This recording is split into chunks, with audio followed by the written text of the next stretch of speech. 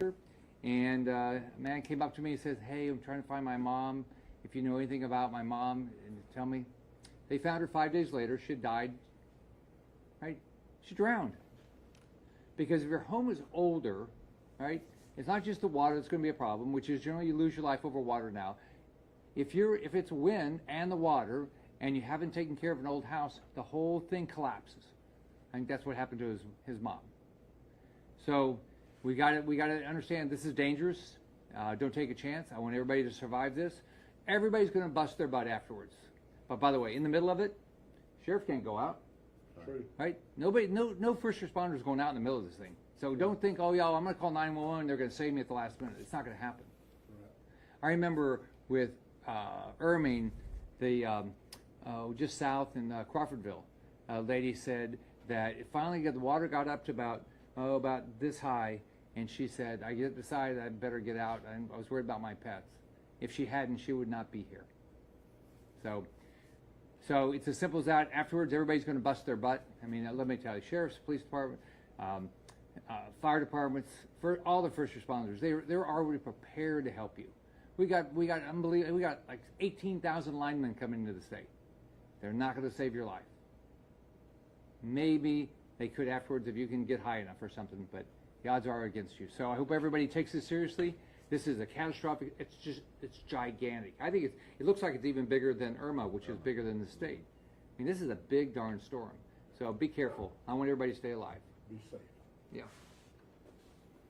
Jimmy Petronas, your CFO. Thank you, Senator. I can't stress enough, Sheriff Padgett and his folks have done an amazing job. Appreciate the Florida Guard being here. Thank y'all for being so supportive, and Florida Department of Emergency Management, thank you for being here and being so supportive. This part of the state has had Idalia, Debbie, and now we've got Helene coming in, and it's unfortunate. Sheriff, I don't know what maybe it's the ribs, maybe you've created a following, but you know, poor Sheriff Padgett and his deputies have been through hell. Most of these men and women hadn't even had a chance to put their lives together from Idalia, let alone Debbie, and now this storm. I've got to stress, though, as this storm is making landfall, you still got a little bit of time. You can do it in the morning. I want you to get your cell phone out, and it's a smartphone society that we're in. Film the outside of your house, walk and talk. Film the fact there's no trees on your house. You can do it at night, there's still enough light out there. But film the fact that there's nothing on your house. Then do the same thing inside. Take a little video inventory. Your wall coverings, your floor coverings, your clothes, your TVs, you name it. What's going to happen, just like the senator said, if it's a house that you haven't taken care of and it's gone, now you're going to have to try to piece back the details to file an insurance claim. Well, now you've got photographic evidence on your phone. Ideally, the best thing you do is film that video and then email it to yourself. Put it in a virtual place, because now if you haven't already got outreach from your insurance carrier, which most folks have, either through a push notification, text message, or an email, those insurance companies are trying to start a relationship with you because they're watching the storm just like everybody else is. They're seeing the path, and they pretty much have a pretty good idea who's going to be affected. They know where their policyholders live. So if you've got that evidence on hand, there's going to be an adjuster at some point that's going to come to your home. Now what you've done is that adjuster, he's like an investigator. He is wanting to figure out what was the fault of the storm and determine the difference so they know how big of a check they've got to write.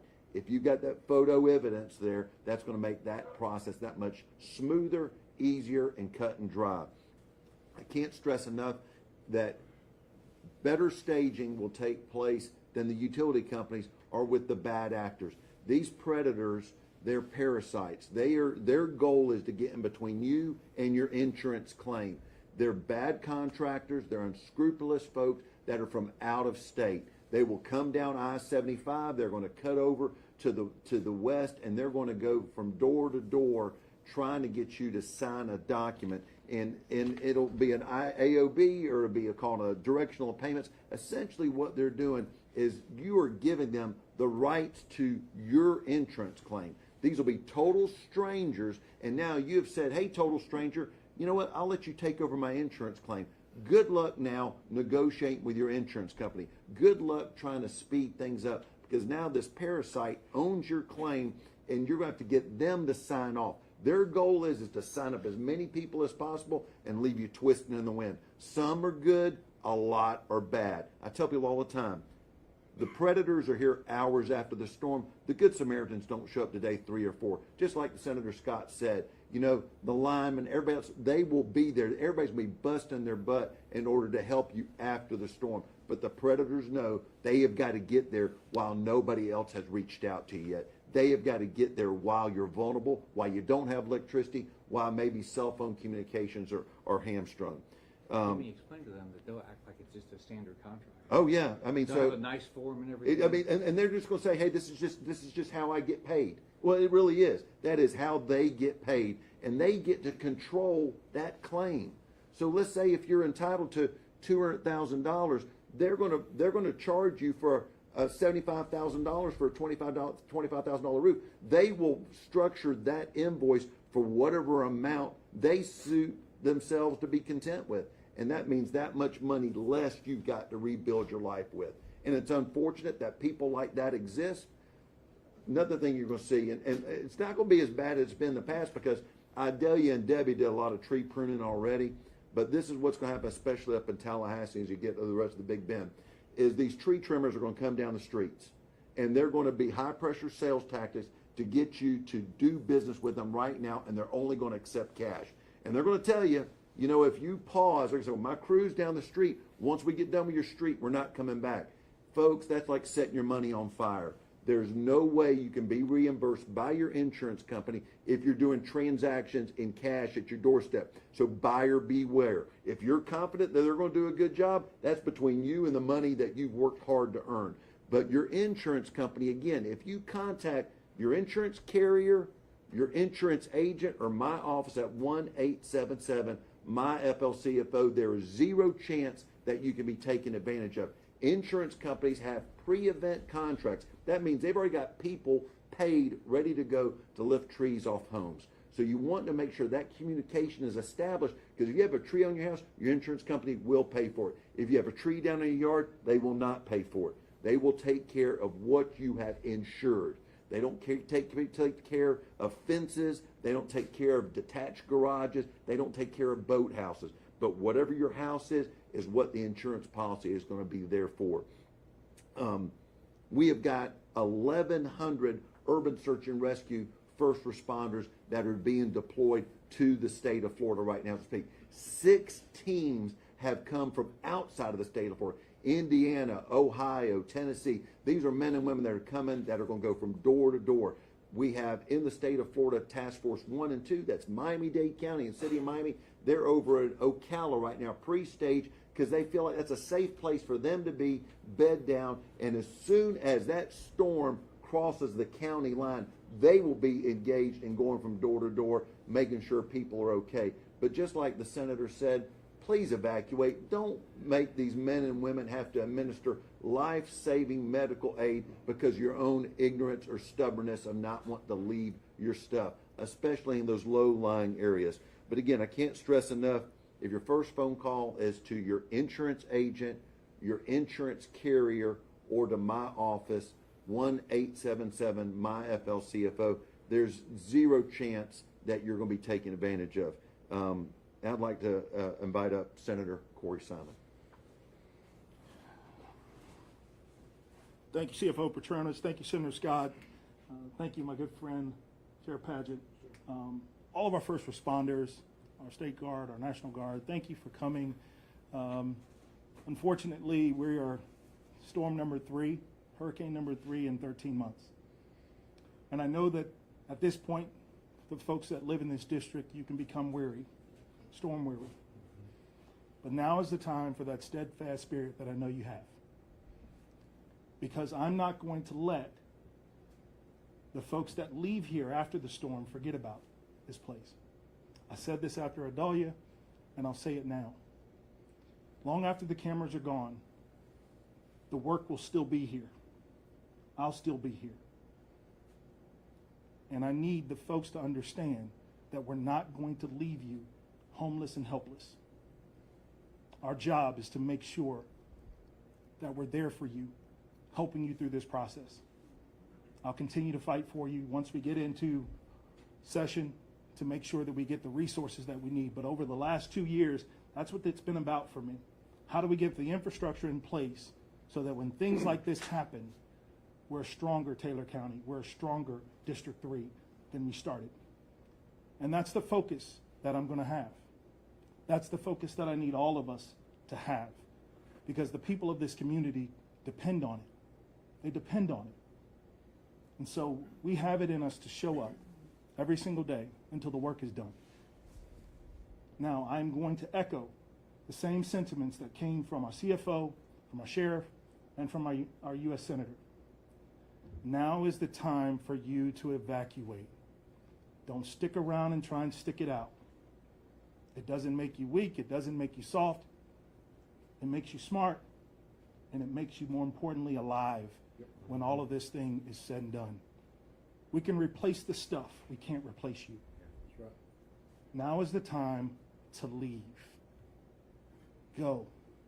If you need transportation to one of our shelters, Uber is providing free transportation to get you to a shelter wherever you are. Now is the time to leave. I need you here when this is all said and done, because I'm going to need someone to work with. So, again, all of our first responders, thank you, thank you, thank you. I cannot say it enough. I'll say it a million more times before this is all said and done, because you all stick around when the vast majority of the folks, when the story stops being on the front pages, you're still here for the folks of this district. And so I appreciate you, and I pray for you and your families. Now is the time for us to continue to come together, because we're going to need it.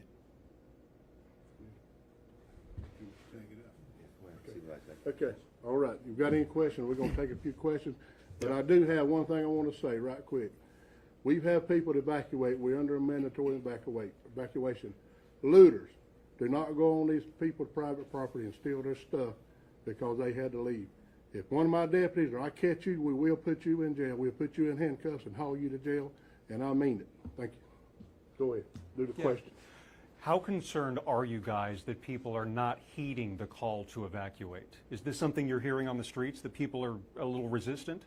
I can just tell you from where I've been today. I was up in in Franklin County. You know, they've got a lot of barrier islands there. They're talking there 10+ foot of storm surge, and not everybody's gotten off, and they're going door to door. But I think what I'm hearing across the state is there, unfortunately, people. And here's how they think about it. It's like the senator says, "Oh, I'm tough, right?" Mm-hmm. Well, you're not tough if you're dead, right? Or, "Oh gosh," and they look at the categories, right? Well, I did a category 3 before, category 4. Mm-hmm. That the whole difference is that if you think about our state now, with our building codes, a lot of this stuff is just a water event. It's not even a wind event anymore. And so this, I mean, think about it. Hey, this, if you ever look at some of the videos, you can see how this water just flows in. I mean, it overwhelms you, and then it flows out, and it sucks everything out. I can just tell you, my house down in Naples, there's stuff in all our stuff around our house is all gone. I have no idea. I've never seen it since. I mean, nothing. It's all just, and some of it's heavy. So if it takes that stuff, what's it doing to you? So unfortunately, we have people, as I've talked to sheriffs that have decided not to evacuate, and I think it's too bad. They're not going to be able to be. I hope to God they got high enough. I can just talk about Ian a little bit. If you go to Sanibel, I mean, so you know, think about it, they lost 151 people. We hadn't lost 150 people since like 1935, and because people stayed. And if they didn't get up if they didn't have the 3rd floor, you know, they didn't survive. So it's really too bad. Do you have anything to add, Sheriff? I do. We do have some people that's evacuated, but we do have some people that will not evacuate. But my advice, I'm asking you to evacuate. Save your life, save your family. Please evacuate. We can't make you do it, but we're asking you to do it. One similar question. A lot of people have evacuated and relocated here to Perry. How confident are you guys that Perry is a safe place to be during this storm? Well, all of Taylor County is under a mandatory evacuation, and what we're asking people to do is go somewhere else, get out of the county. But you can't make them leave. But we're asking them to evacuate. There is people that's come here, but we're under a mandatory evacuation, and we're asking you to evacuate. Water's coming up. I mean, just think, if water's coming up, and it doesn't appear this is going to be as big a rain event as some of the others like Irma, some of the ones that go slow, because this is really fast. But you're going to have flooding, right? And then there's not. Think about it, especially along the coast of Florida in this area, there's not that many roads out, so you got to do it early. And I think the other part of that is we have seen record rainfall in this area. The ground is saturated. Already. And so you're talking strong winds and trees that are in grounds that are just soaked right now. And so the downed trees is a tremendous concern. We had a couple people pass away in Hurricane Debbie a few months ago. We don't need that. And so now is the time to get out. The ground is too soft, the wind is too strong. Let's just not take a chance. All reports are saying that coastal Highway 98 will be underwater. So if you think about what's going to happen to that roadbed and how it gets washed out, it's going to make it harder for first responders to get there. We've already been getting reports that we're getting air assets established there in Tallahassee to start hitting the ground as soon as possible, that the winds die down enough. But still, if people evacuate, then there's nobody to rescue. And ideally, that's what we hope. But we've got all these coastal counties, and they're very low lying.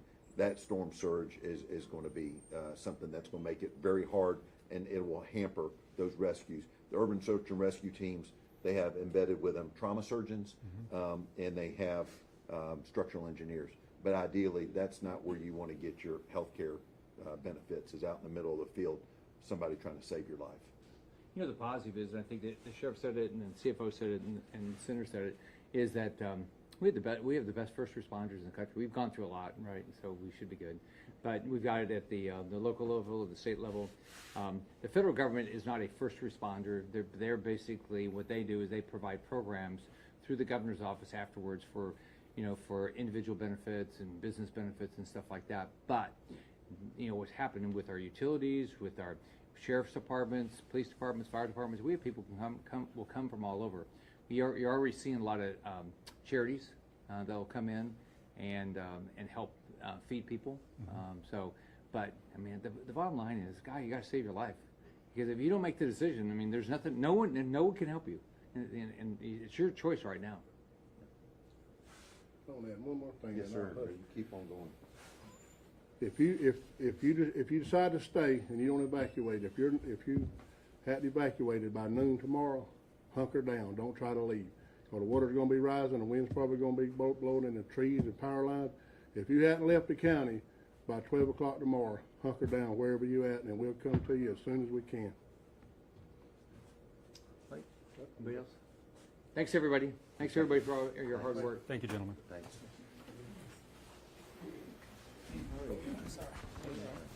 Take care. Thanks for being here. Okay. Thank you for coming. Call me back. You're always here. Okay. Yeah, and if you have any issues with any of the federal, FEMA or SBA or any of them afterwards, just call me. Okay. I got a good relationship.